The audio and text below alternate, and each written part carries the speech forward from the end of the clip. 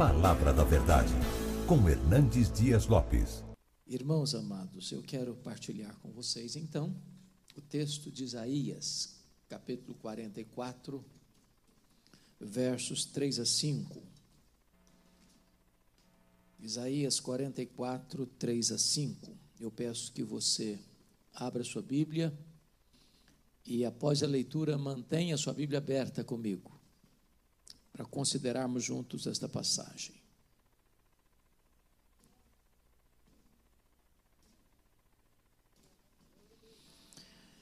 Esse texto diz o seguinte: porque derramarei água sobre o sedento, torrentes sobre a terra seca. Derramarei meu espírito sobre a tua posteridade e a minha bênção sobre os teus descendentes.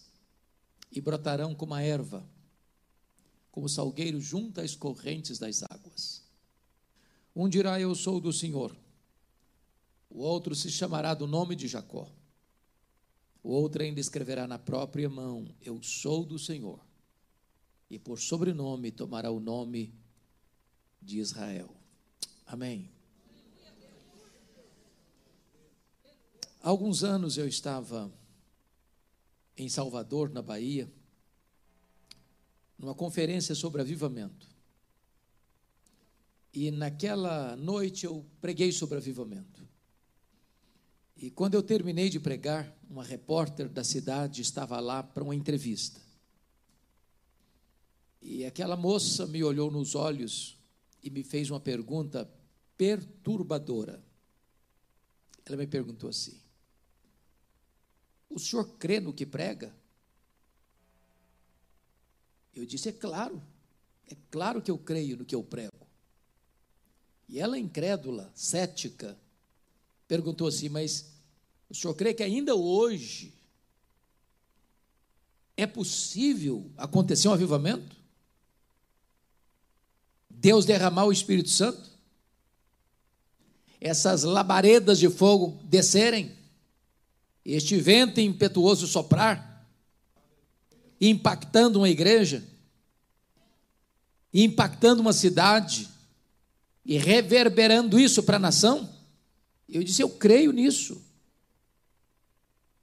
Ela então me perguntou: mas o senhor pode me dar alguma evidência disso? E eu disse: claro que posso. E eu citei para aquela repórter 2 exemplos. O primeiro deles, o que aconteceu na Inglaterra no século XVIII. Eu acho que todos vocês têm ciência de que, em virtude do racionalismo francês, depois do iluminismo, que veio na sua esteira, uma onda de ateísmo varreu a Europa. Naquela época, poucos pregadores acreditavam ser a Bíblia a palavra de Deus. As igrejas estavam vazias.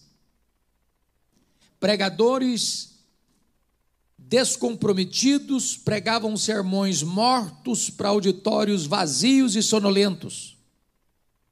E desciam do púlpito para se embriagar nas mesas de jogo. A igreja parecia um vale de ossos secos. Ninguém acreditava que a igreja pudesse ressurgir das cinzas. Os enciclopedistas da época chegavam a afirmar que em poucos anos a igreja seria banida, completamente varrida da Inglaterra. Quando todos, entretanto, apostavam no fracasso irremediável da igreja, Deus levanta um grupo de estudantes da Universidade de Oxford para orar por avivamento. Eles se reuniam para chorar, para confessar seus pecados, para buscar a face de Deus. E numa dessas reuniões, precisamente na madrugada de 31 de dezembro de 1739, às 3 horas da madrugada, naquela reunião de oração, os céus se fenderam, o Espírito Santo desceu sobre eles, e aqueles estudantes ficaram cheios do Espírito Santo. Eles se levantaram no poder do Espírito Santo e começaram a pregar. As igrejas se encheram de pessoas famintas de Deus. Os templos não comportaram as multidões sedentas que vinham, e eles foram para as praças. E este avivamento inglês atingiu toda a nação. Centenas de milhares de pessoas convertidas. As igrejas foram restauradas, revigoradas e fortalecidas no poder do Espírito Santo. Mais tarde, os historiadores afirmaram que foi este avivamento inglês que salvou a Inglaterra do banho de sangue da Revolução Francesa. Mas eu contei para aquela repórter um exemplo mais contemporâneo. Eu contei para ela o que aconteceu na Romênia. Acho que muitos de vocês acompanharam que a Romênia viveu longos anos debaixo de um governo carrasco, de um ditador cruel, chamado Ceausescu, e a sua mulher. Um regime de perseguição ao cristianismo, de opressão política, de miséria econômica, a ponto de filas enormes se formarem para se comprar um litro de leite. E se alguém murmurasse na fila, era fuzilado pela polícia de Ceausescu. O governo usava meninas, adolescentes, jovens de famílias para programas de prostituição, sem que os pais pudessem reagir. Do contrário, seriam mortos. O que alguns talvez não se lembram é que Deus libertou a Romênia em apenas 10 dias. O que talvez alguns não se lembrem é que Deus usou uma igreja de apenas 80 membros para desencadear esse processo. Tudo começou, pastor Rogerinho, no dia 15 de dezembro de 1989.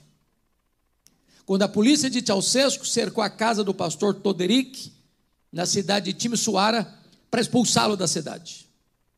Os 80 membros da igreja fizeram um cordão de isolamento ao redor da casa do pastor e impediu que a polícia o expulsasse.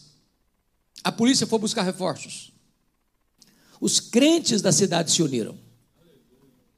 Um jovem batista, à boca da noite, comprou velas e as distribuiu para os crentes ao redor da casa. Quando a polícia chegou, com as suas armas pesadas, metralhadoras, começa a fuzilar os crentes, impiedosamente. Deram um tiro na perna desse moço batista, correram com ele para o hospital, para amputar-lhe a perna, para salvar-lhe a vida. Quando ele estava gemendo no seu leito de dor, alguém se aproxima e pergunta: você está arrependido, jovem? Ele respondeu: não, eu perdi uma perna, mas eu acendi a primeira vela. Naquela mesma noite, uma jovem da Assembleia de Deus saiu gritando a plenos pulmões pelas ruas de Timisoara: Deus existe, Deus existe, Deus existe, liberdade, liberdade, liberdade. Aquele grito encontrou eco em toda a nação. 10 dias depois, precisamente 25 de dezembro de 1989, havia mais de 100.000 pessoas na capital da Romênia, sob a liderança dos pastores, gritando a plenos pulmões: Deus existe, Deus existe, Deus existe, liberdade, liberdade, liberdade. Naquela noite, o ditador Ceausescu caiu, a Romênia ficou livre, e o evangelho pode prosperar naquela nação. Eu creio, meus irmãos, piamente na possibilidade de um grande avivamento nos nossos dias. O texto que acabamos de ler nos aponta isso. Esse texto tem 4 verdades que eu quero destacar. A primeira delas é que o avivamento é uma promessa de Deus. A segunda verdade é que o avivamento é uma necessidade da igreja. A terceira verdade é que o avivamento deve ser buscado ansiosamente pela igreja. E a quarta verdade é que o avivamento traz resultados extraordinários para a igreja. Então vamos ver a primeira verdade. O avivamento é uma promessa de Deus. Volta os olhos para o verso 3 comigo. Porque derramarei água sobre o sedento, torrente sobre a terra seca. Derramarei meu espírito sobre a tua posteridade e a minha bênção sobre os teus descendentes. Preste atenção que esta promessa tem duas características. Primeiro, ela é uma promessa segura. Porque quem está dizendo aí derramarei não é um homem, não é uma igreja, não é um concílio eclesiástico, não é uma denominação religiosa. Quem está prometendo derramarei é o próprio Deus, que não pode mentir, que fala e cumpre o que diz, que faz e ninguém pode impedir a sua mão de fazê-lo. A esperança, irmãos, de um avivamento decorre do fato que Deus prometeu, e Ele é fiel para cumprir. Esta promessa, alinhada com a promessa de Joel, capítulo 2, verso 28, cumpriu-se no dia de Pentecostes, o que acabamos de cantar agora há pouco. Mas quando Pedro se levanta no dia de Pentecostes, depois do derramamento do Espírito, ele disse: esta promessa é para vós, esta promessa é para os vossos filhos, esta promessa é para quantos o Senhor nosso Deus chamar.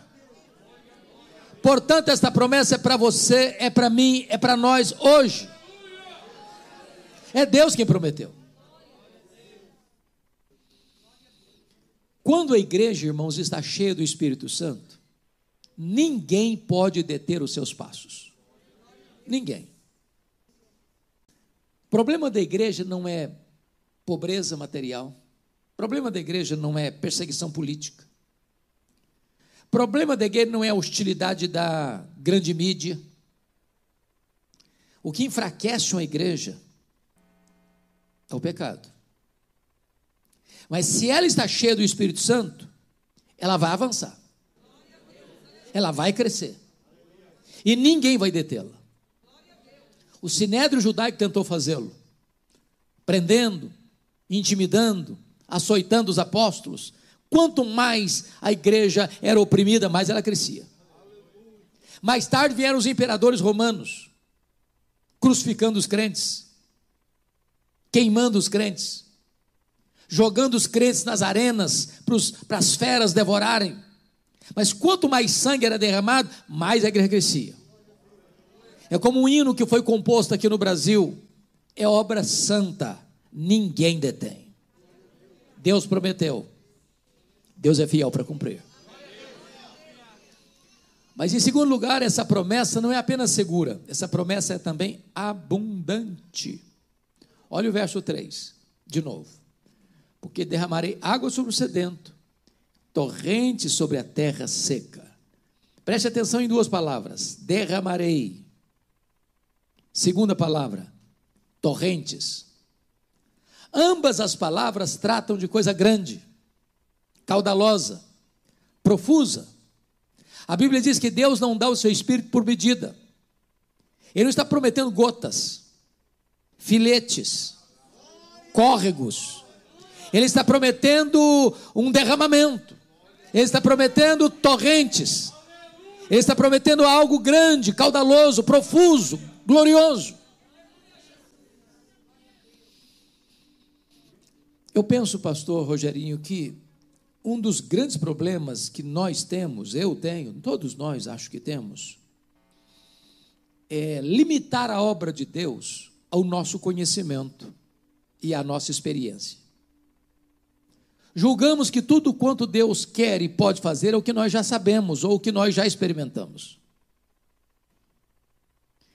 Mas quando nós olhamos o Novo Testamento, mormente as orações do apóstolo Paulo, porque me parece que Paulo, quando estava de joelhos, alcançava o pináculo da sua teologia, ele faz um pedido que penso ser o pedido mais ousado que alguém já fez, lá em Efésios capítulo 3, versículo 19. Paulo ora para que você e eu sejamos tomados, não de Deus, não da plenitude de Deus, mas para que sejamos tomados de toda a plenitude de Deus. Isso me leva a uma pergunta: mas quem é Deus? Apenas para recordar os atributos que só Deus os tem, nós chamamos esses atributos de atributos incomunicáveis de Deus, porque só Ele tem, nem os anjos, nem os homens, só Ele tem. Então vamos recordá-los? Deus é autoexistente, Deus é infinito, Deus é imenso, Deus é eterno, Deus é imutável, Deus é onipotente, Deus é onipresente, Deus é onisciente, Deus é transcendente, Deus é soberano. Mas se Deus é transcendente, significa que Ele é maior do que tudo que Ele criou. Eu preciso perguntar, mas qual é o tamanho daquilo que Ele criou? E os estudiosos dizem, e isso é uma matéria em aberto ainda, o que eles já sabem, porque o universo não é infinito. Infinitude é um atributo exclusivo de Deus. Mas o que os homens já sabem é que o nosso universo tem mais de 93 bilhões de anos-luz de diâmetro. Isso significa que se você voar a velocidade da luz, 300 mil quilômetros por segundo, nessa velocidade, você demoraria mais de 93 bilhões de anos para ir de uma extremidade à outra do universo. E não há um centímetro desse universo onde Deus não possa dizer: isso aqui é meu, eu criei isso aqui e eu estou aqui. Numa linguagem bíblica, nem o céu dos céus pode contê-lo. Agora Paulo está orando para que você e eu, frágeis vasos de barro, sejamos tomados de toda a plenitude de Deus. Aí você pensa, bom, Paulo devia estar delirando, ele estava preso. Para que você não chegue a essa decisão, ou essa conclusão apressada, ele escreve no verso seguinte, Efésios 3:20. Ora, aquele que é poderoso para fazer, não mais, não muito mais, mas infinitamente mais do que tudo quanto pedimos ou pensamos, conforme o seu poder que opera em nós, a Ele seja a glória na igreja e em Cristo Jesus, agora e pelos séculos eternos. Amém. Porque às vezes a gente usa esse versículo que Deus é poderoso para fazer infinitamente mais com coisas miúdas. Eu estou com a dor no dedão do pé. Ah, mas Deus é poderoso para fazer infinitamente mais e curar esse dedão aí. Estou com dor de barriga. Estou com a saúde abalada. Estou com um problema financeiro. Ah, mas Deus é poderoso para fazer infinitamente mais. É mesmo. Mas quando Paulo usou essa frase, essa expressão, ele tinha acabado de fazer o pedido mais ousado que alguém poderia fazer. E eu não sei se consegue ampliar mais do que eu já tinha pedido. O que Paulo está querendo dizer para nós, irmãos, que não há limitação em Deus. O que ele prometeu para a igreja é algo grande, profundo, profuso, caudaloso, abundante, é um derramamento e são torrentes. Em outras palavras, Deus tem mais para você, Deus tem mais para mim, Deus tem mais para a igreja. Para ilustrar isso melhor, no século XIX havia uma família muito pobre nos Estados Unidos, composta de 7 filhos pequenos de 14 anos para baixo. Quando o chefe dessa família morre, deixando a viúva pobre, endividada, com 7 crianças para criar e grávida do 8º filho. Quando nasceu o 8º, não era o 8º, era o 8º e o 9º, porque eram gêmeos. Um dia, o 5º filho disse assim para a mamãe: mamãe, eu vou sair da roça, eu vou para a cidade, Deus tem um plano na minha vida. E ele foi para Boston, em Massachusetts, conseguiu um trabalho numa sapataria, O seu professor de escola bíblica dominical, o senhor Edward Kimball, vai lá na sapataria e leva aquele menino a Cristo. E um dia esse rapaz está numa igreja, e o pregador está dizendo assim: o mundo está para ver o que Deus pode fazer com um homem totalmente entregue nas suas mãos. O rapaz disse: meu Deus, eu quero ser esse homem. Tornou-se um pregador conhecido na América. Um dia ele estava pregando em Chicago, e duas senhoras idosas da igreja metodista abordaram-no na porta da igreja assim: nós estamos orando pelo senhor. E ele perguntou: mas por quê? E elas responderam: para que você seja revestido com o poder do Espírito Santo. Um dia ele caminhava em Nova York, na Wall Street, quando de repente o Espírito Santo veio com um grande poder sobre ele. Ele saiu correndo no meio da rua, entrou na casa de um amigo, fechou a porta, trancou a porta, caiu de joelhos. E ele disse que parecia que ondas elétricas penetravam pelo seu corpo. Ele disse que uma alegria tão grande invadiu o seu coração, que ele não podia trocar aquela experiência, ainda que lhe desse toda a riqueza do mundo. Quando ele se levantou dos seus joelhos, nunca mais ele foi o mesmo homem. Nunca mais a história da América foi a mesma. A partir daquele dia, aquele homem levou mais de 500 mil pessoas a Cristo. Aquele homem era Dwight Lima Moody, um dos maiores avivalistas de todos os tempos da história da igreja. Pois Deus é o mesmo, e Ele pode fazer o mesmo. Ele prometeu e Ele é fiel para cumprir. A promessa é segura e a promessa é abundante. Mas esse texto nos leva a uma segunda verdade. O avivamento é promessa de Deus, e em segundo lugar, o avivamento é necessidade da igreja. Então volte os olhos comigo, por favor, para o verso 3. Porque derramarei água sobre o sedento, torrente sobre a terra seca, derramarei meu espírito sobre a tua posteridade e a minha bênção sobre os teus descendentes. Há muitos símbolos do Espírito Santo na Bíblia, como o vento, o hálito, o azeite, a pomba, o fogo, a água. Por que aqui o Espírito Santo é simbolizado pela água?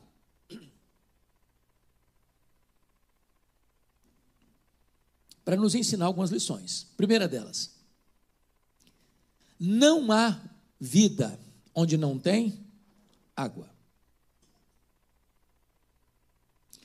Você pode ter o melhor terreno, você pode ter a melhor semente, você pode ter os melhores insumos, você pode ter os melhores adubos, você pode ter a melhor tecnologia.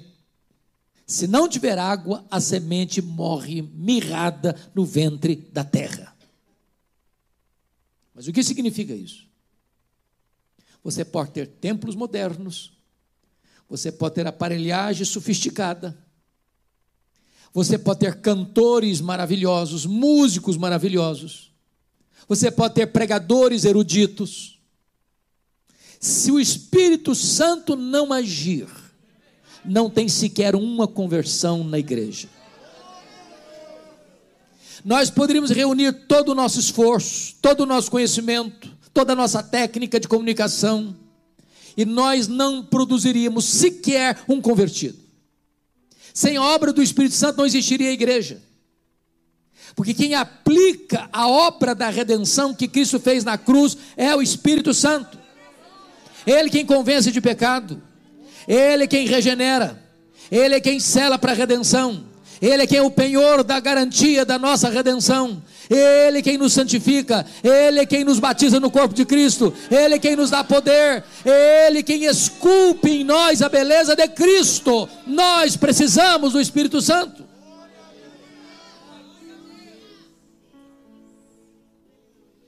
Mas em segundo lugar, a água é necessária para purificar. E o Senhor Jesus Cristo disse que quando o Espírito Santo viesse, ele convenceria o mundo, não dos pecados, mas convenceria o mundo do pecado. Que pecado? O pecado de não crer em Jesus.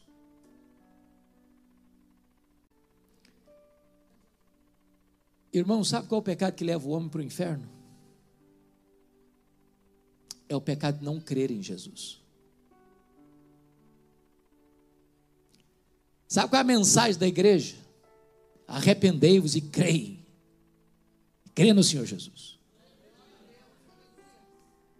Você vê as pessoas se drogando, você vê as pessoas se prostituindo, você vê as pessoas vendendo a alma para o diabo para ficar rico. Você vê os poderosos deste mundo se corrompendo para se enriquecer ainda mais. E eles não vão largar isso, porque a única coisa que eles sabem fazer é isso. A solução para a vida deles, o pecado que leva-os ao inferno, é não crer em Jesus. Porque Jesus é a solução. Porque Jesus é o remédio. Porque Jesus pagou o preço. Porque Jesus verteu o seu sangue. Porque se você crê em Jesus, não importa quem você foi, quem você é, o que você foi, quão longe você foi, quão profundamente você caiu, se você crê em Jesus, a redenção, a perdão, a salvação, a vida é eterna.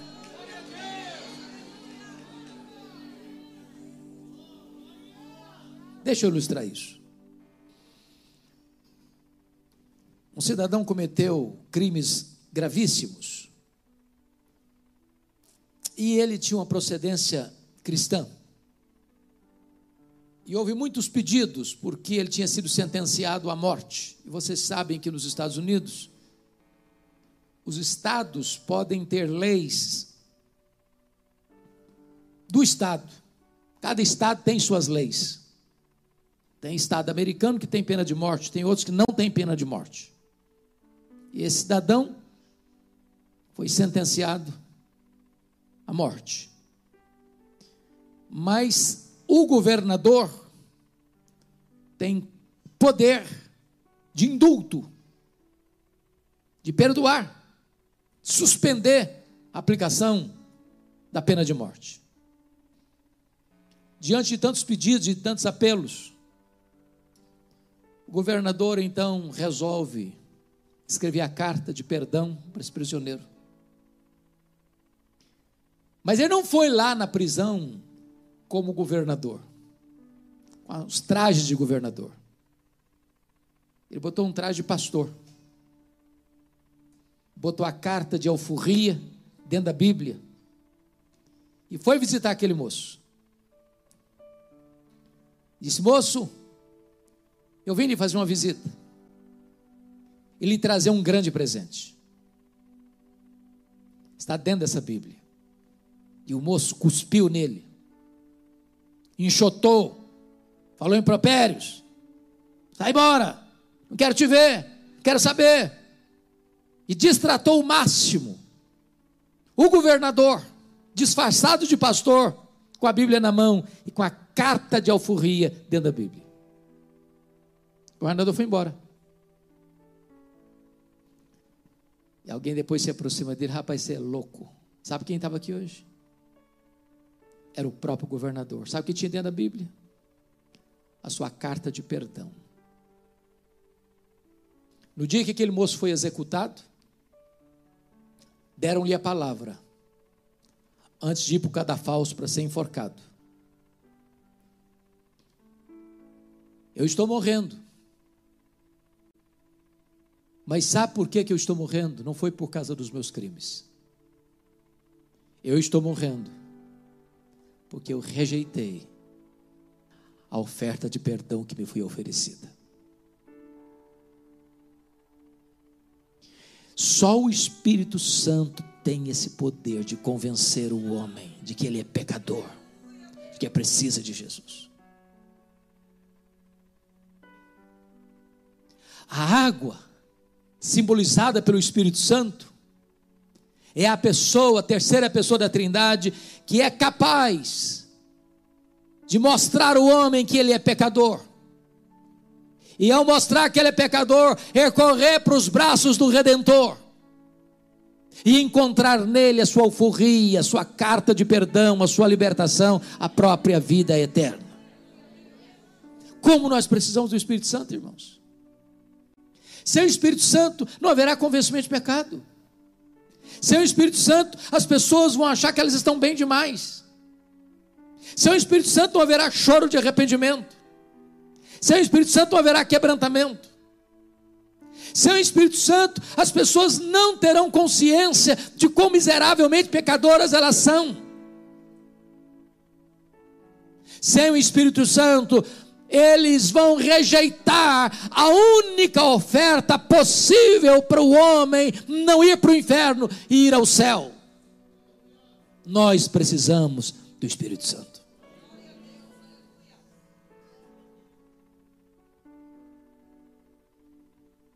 Mas há uma terceira verdade nesse texto que eu gostaria de destacar. Primeiro, o avivamento é promessa de Deus. Segundo, o avivamento é necessidade da igreja. Terceiro, o avivamento deve ser buscado ansiosamente pela igreja. Volte os olhos comigo para o verso 3. Porque derramarei água sobre o sedento, torrentes sobre a terra seca. Derramarei meu espírito sobre a tua posteridade e a minha bênção sobre os teus descendentes. Duas palavras merecem destaque aqui. A primeira delas é sedento. A segunda é terra seca.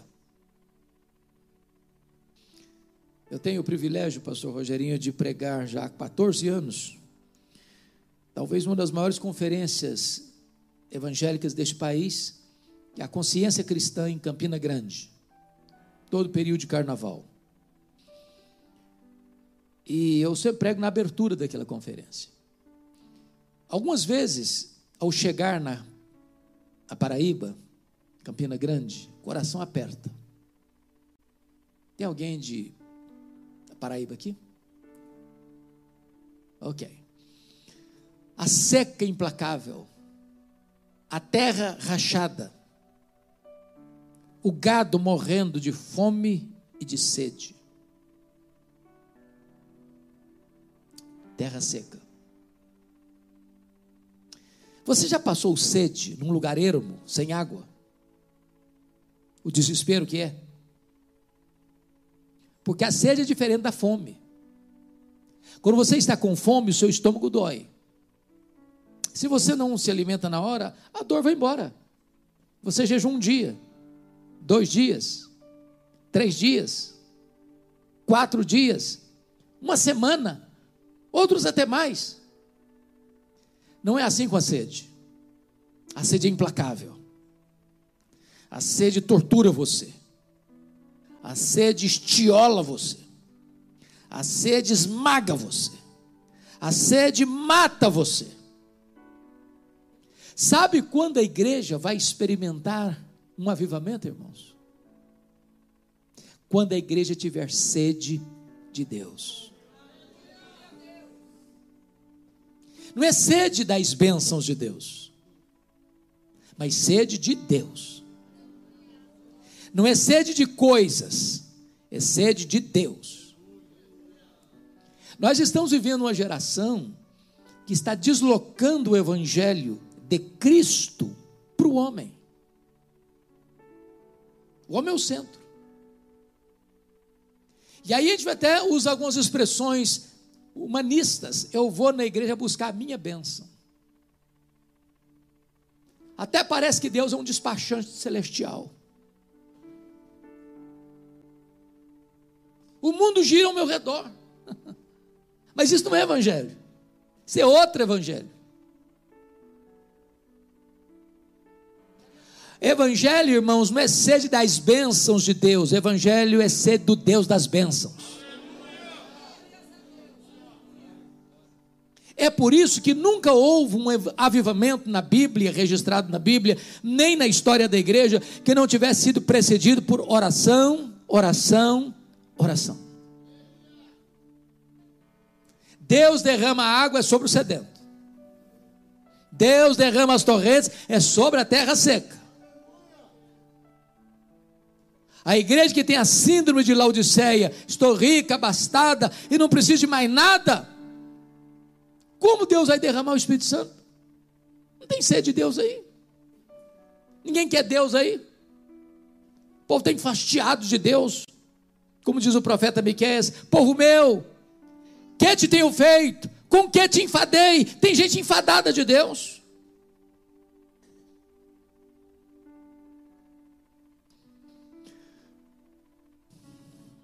Eu tive a bênção de visitar, em 2011, a Coreia do Sul. Foi marcante para mim, muito marcante. Vocês sabem que eu sou um pastor presbiteriano. A igreja presbiteriana chegou aqui no Brasil em 1859. Se nós somarmos todos os presbiterianos do Brasil hoje, eu acho que não chega a 2 milhões. A igreja presbiteriana chegou na Coreia do Sul 28 anos depois. Era a Coreia na época, não tinha norte e sul. 28 anos depois chegou aqui. Eles são mais de 10 milhões de membros. Representam 75% dos evangélicos, 23% da população. Visitamos igrejas de 5 mil membros, de 12 mil membros, de 18 mil membros, de 30 mil membros, de 55 mil membros, de 82 mil membros, de 700 mil membros. E em todas as igrejas que fomos, fazíamos a mesma pergunta: qual é o segredo do crescimento dessa igreja? E a resposta era a mesma: oração, oração, oração. Pastor, eu fiquei até envergonhado, porque eles não organizam a igreja sem que ela tenha uma reunião diária de oração de madrugada. Aí eu fui confrontar um pastor que tinha acabado de sair do seminário há 2 anos, já estava com aquele de 6 mil membros. Vocês oram de madrugada porque isso é a cultura dos orientais? Ele olhou nos meus olhos e disse: não, senhor. No mundo inteiro as pessoas levantam de madrugada para ganhar dinheiro. Paulista faz isso, será? Nós levantamos de madrugada para orar porque Deus é prioridade na nossa vida. Eu fui numa igreja, na época estava com 55 mil membros, hoje está com mais de 80 mil membros. Tinha 4 reuniões diárias de oração. Uma das 4 às 5, outra das 5 às 6, outra das 6 às 7, das 7 às 8. Eu fui na segunda, 5 às 6. Irmãos, eu nunca vi nada parecido. De noite ainda, fazendo frio. Quando nós nos aproximamos do templo, vi gente andando, correndo na rua, com a Bíblia na mão. Quando nós chegamos no estacionamento, os diáconos paramentados, coordenando com apito e lanterna o estacionamento. Quando nós entramos no templo, estava lotadíssimo, e eu contei mais de 80 pessoas assentadas no carpete do púlpito, numa das reuniões diárias de oração. Quando aqueles irmãos começaram a orar, a sensação que eu tive é que os céus tinham descido à terra. Fui na igreja metodista, a maior igreja metodista do mundo, 82 mil membros. O pastor da igreja, que começou a igreja na sala da sua casa, com a sua família, ainda era o pastor da igreja. E eu perguntei: pastor, qual é o segredo? Ele me respondeu: oração. Eu falei: mas como assim? Ele me disse: no sábado, eu não falo com ninguém. Eu levanto cedo, vou para a montanha de oração, toda a igreja tem a montanha de oração, e lá eu fico na presença de Deus. No domingo de manhã eu desço direto da montanha de oração para o púlpito. O meu sermão é o mesmo, mas quando eu prego os corações se derretem.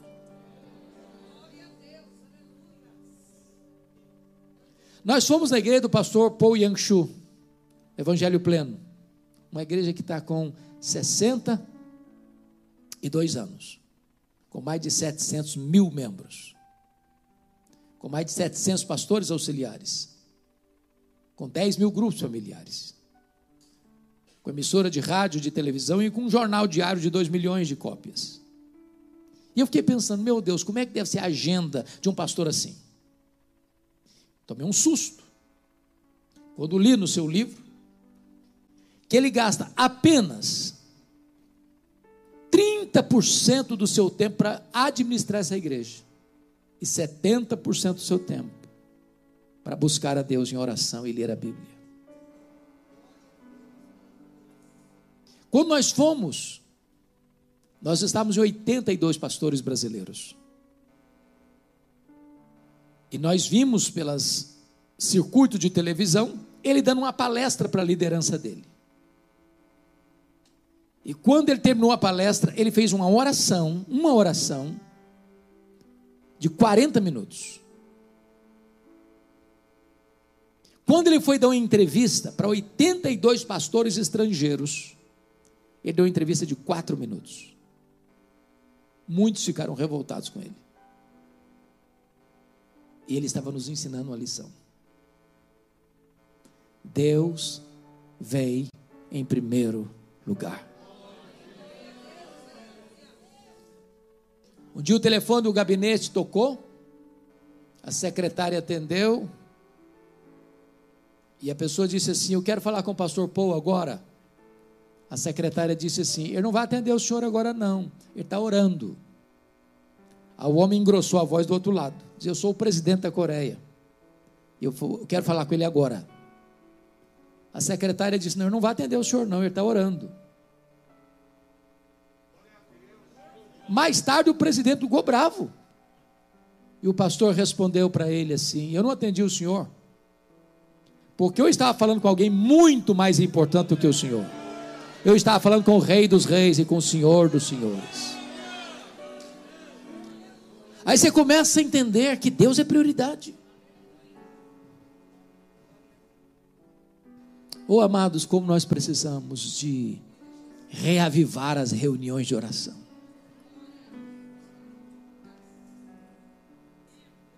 Nós estamos ocupados demais para nos ocuparmos com Deus.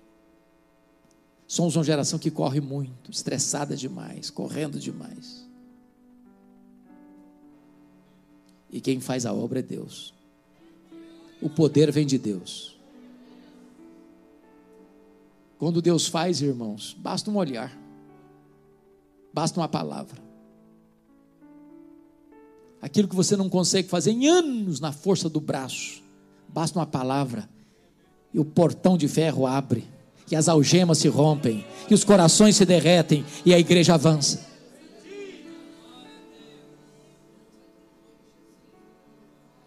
Mas eu queria terminar. Há uma quarta verdade nesse texto. Primeiro, o avivamento é uma promessa de Deus. Segundo, o avivamento é necessidade da igreja. Terceiro, o avivamento deve ser buscado pela igreja. Em quarto lugar, o avivamento traz resultados extraordinários para a igreja. E o primeiro resultado está no versículo 4, confiram comigo: e os teus descendentes brotarão como a erva, como salgueiro junto às correntes das águas. O primeiro resultado, irmãos, é um crescimento exponencial da igreja. Crescimento numérico.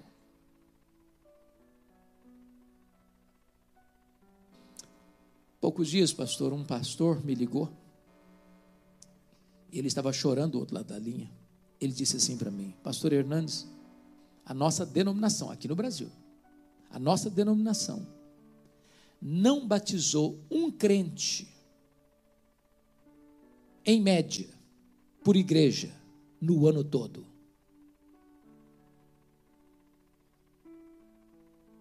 Há igrejas, irmãos, mundo afora, que estão desidratando, murchando, perdendo membros.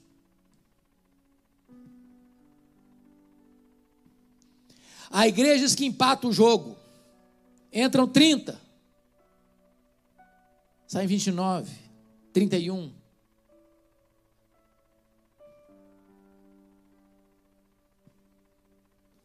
Quando o Espírito Santo é derramado sobre a igreja, os descendentes de Abraão vão brotando como erva, como salgueiro junto às correntes das águas. As pessoas são convencidas de pecado lá no estádio de futebol, lá no bar da esquina, lá se drogando nas esquinas escuras. E as igrejas precisam alargar suas paredes.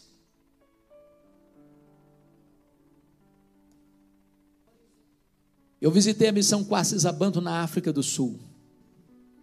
Pastor Hélio Stigg pregava lá há anos, armando uma tenda, com resultados magros, pífios.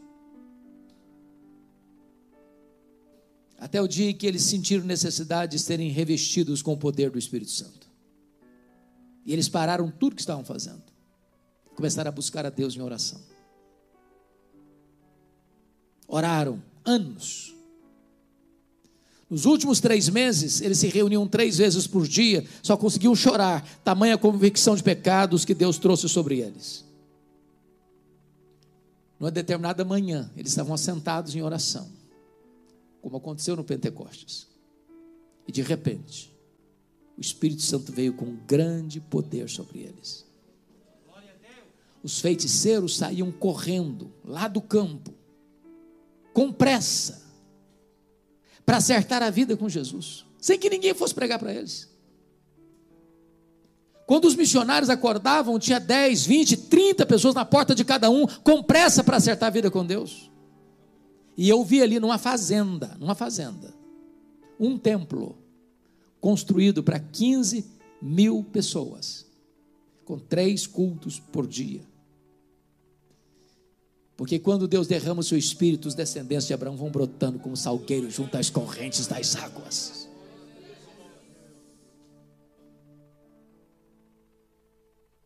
Agora, nesse período de pandemia, a igreja aqui em Pinheiros, onde eu tenho o privilégio de servir, fez uma pesquisa lá das fichas de pessoas que entram e saem. Passaram pela nossa igreja ali mais de 11 mil pessoas. Em tempos de avivamento, elas não passam, elas ficam. Oh, irmãos, como nós esperamos esse tempo, como nos aguardamos esse tempo, de vermos aos borbotões as pessoas vindo, se rendendo a Jesus, o Salvador. Mas em segundo lugar, e eu termino aqui, o segundo resultado do avivamento está no versículo 5, é o testemunho verbal dos crentes. Um dirá, eu sou do Senhor. O outro se chamará do nome de Jacó. O outro ainda escreverá na própria mão, eu sou do Senhor, e por sobrenome tomará o nome de Israel. Irmãos, o Instituto Moody fez uma pesquisa e constatou que 95% dos crentes nunca levaram uma pessoa a Cristo. Se fosse um fenômeno biológico, a raça humana estaria em risco de extinção. Mas não é assim em tempos de avivamento. Quando o Espírito Santo sopra sobre a igreja, as crianças se levantam, os adolescentes se levantam, os jovens se levantam, os homens e as mulheres se levantam, os velhos se levantam, todos se levantam para dizer, eu sou do Senhor, eu sou do Senhor, eu sou do Senhor, eu sou do Senhor.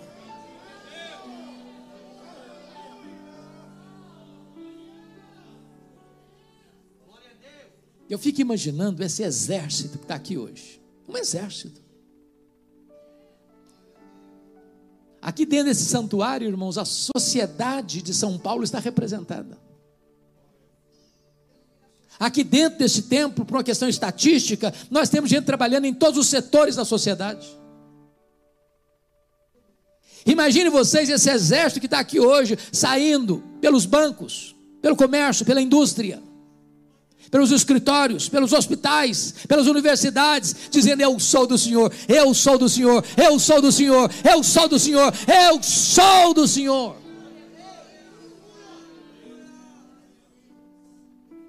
Talvez você argumente, bom, mas eu não sou pastor, eu não passei por um seminário, Eu não conheço teologia. Aliás, eu sou um novo convertido. Estou aprendendo Bíblia agora. Deixa eu dizer uma coisa a você. Se você é crente e está aqui hoje, você sabe tudo quanto uma pessoa precisa saber para ser salva. Tudo. Tudo.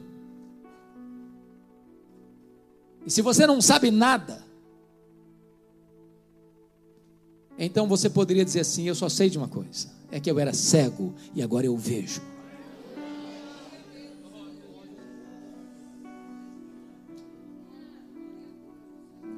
Deixa eu lhes contar meu testemunho, um testemunho pessoal para fechar. Eu fui criado na roça. Fui calçar meu primeiro par de sapatos com 8 anos de idade. E Jesus me chamou para o ministério. Eu cheguei em Campinas, no seminário de Campinas, em 1978. Talvez o mais caipira de todos os seminaristas. E eu não sei se você sabe, mas veio de regra, quando alguém chega no seminário, o coração está queimando. Você prega até para poste no meio da rua. E eu cheguei, sem conhecer Campinas.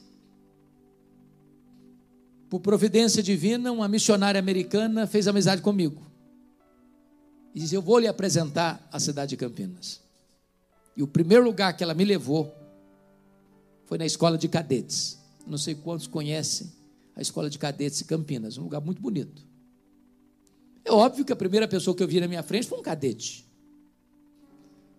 com a sua farda engomada, no seu posto de guarda, com o nome bordado na lapela da farda: João Miguel Corpas, com a metralhadora na mão. E eu me aproximei dele e fui logo perguntando: e aí, João Miguel, você conhece Jesus, o Filho do Deus vivo? E ele faltou pouco me bater. Ele era ateu, eu não sabia. Ele zombou da minha fé. E eu confesso a vocês que eu fiquei sem rumo, calado, mudo, sem saber o que falar para ele. Quando de repente o Senhor Deus me deu um pouquinho de coragem, eu disse: João Miguel, eu preciso lhe dizer 3 coisas antes de ir embora. A primeira coisa é que Deus existe, crendo você nele ou não. Deus não precisa de você crer nele para ele existir, ele existe assim mesmo.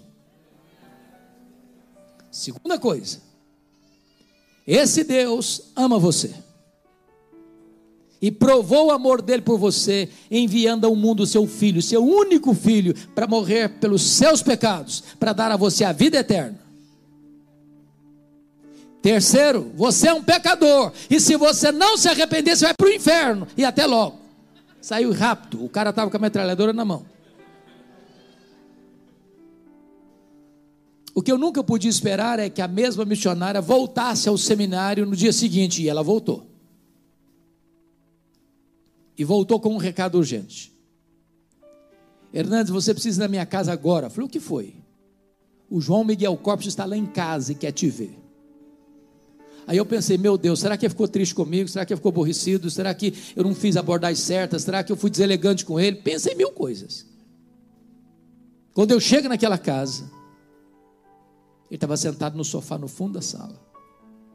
Quando ele me viu entrar, ele se levantou e correu na minha direção, e me segurou pelos braços, e quase me tira do chão, e chorando disse: por favor, me fale do seu Deus, me fale do seu Jesus. Aquele cadete estava aos pés do Salvador. Era próximo do mês de julho, período das férias. Eu fui para minha terra. Quando eu voltei, ele me liga e disse o seguinte: já levei 3 colegas a Cristo. Acompanhei-o durante o período que fiquei no seminário. Depois perdi o contato com ele. Alguns anos, pregando num congresso da CEPAL, em Águas de Lindóia, alguém vem falar comigo e pergunta assim: você tem notícia do João Miguel Corpas? Eu falei: não.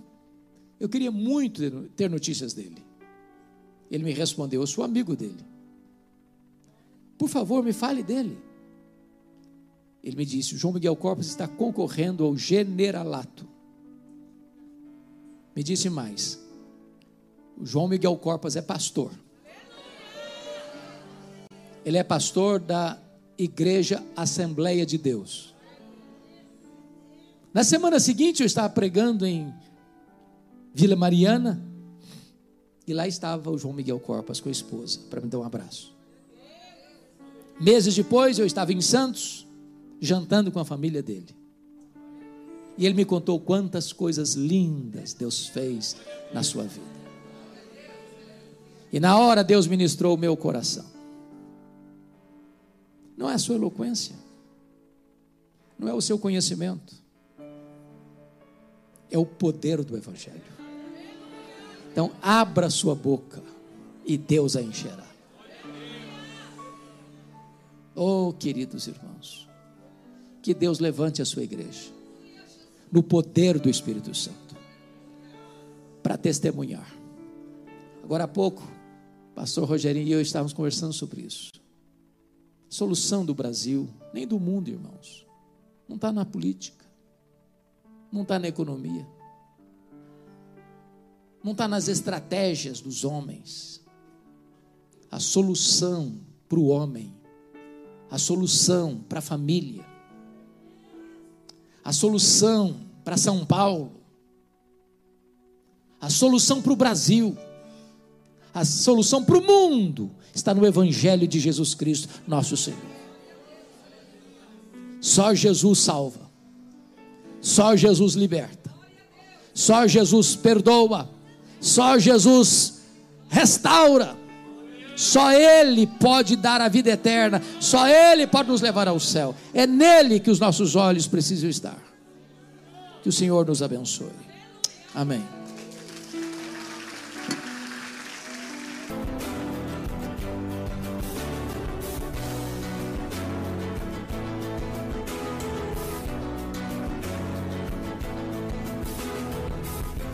Palavra da Verdade, com Hernandes Dias Lopes.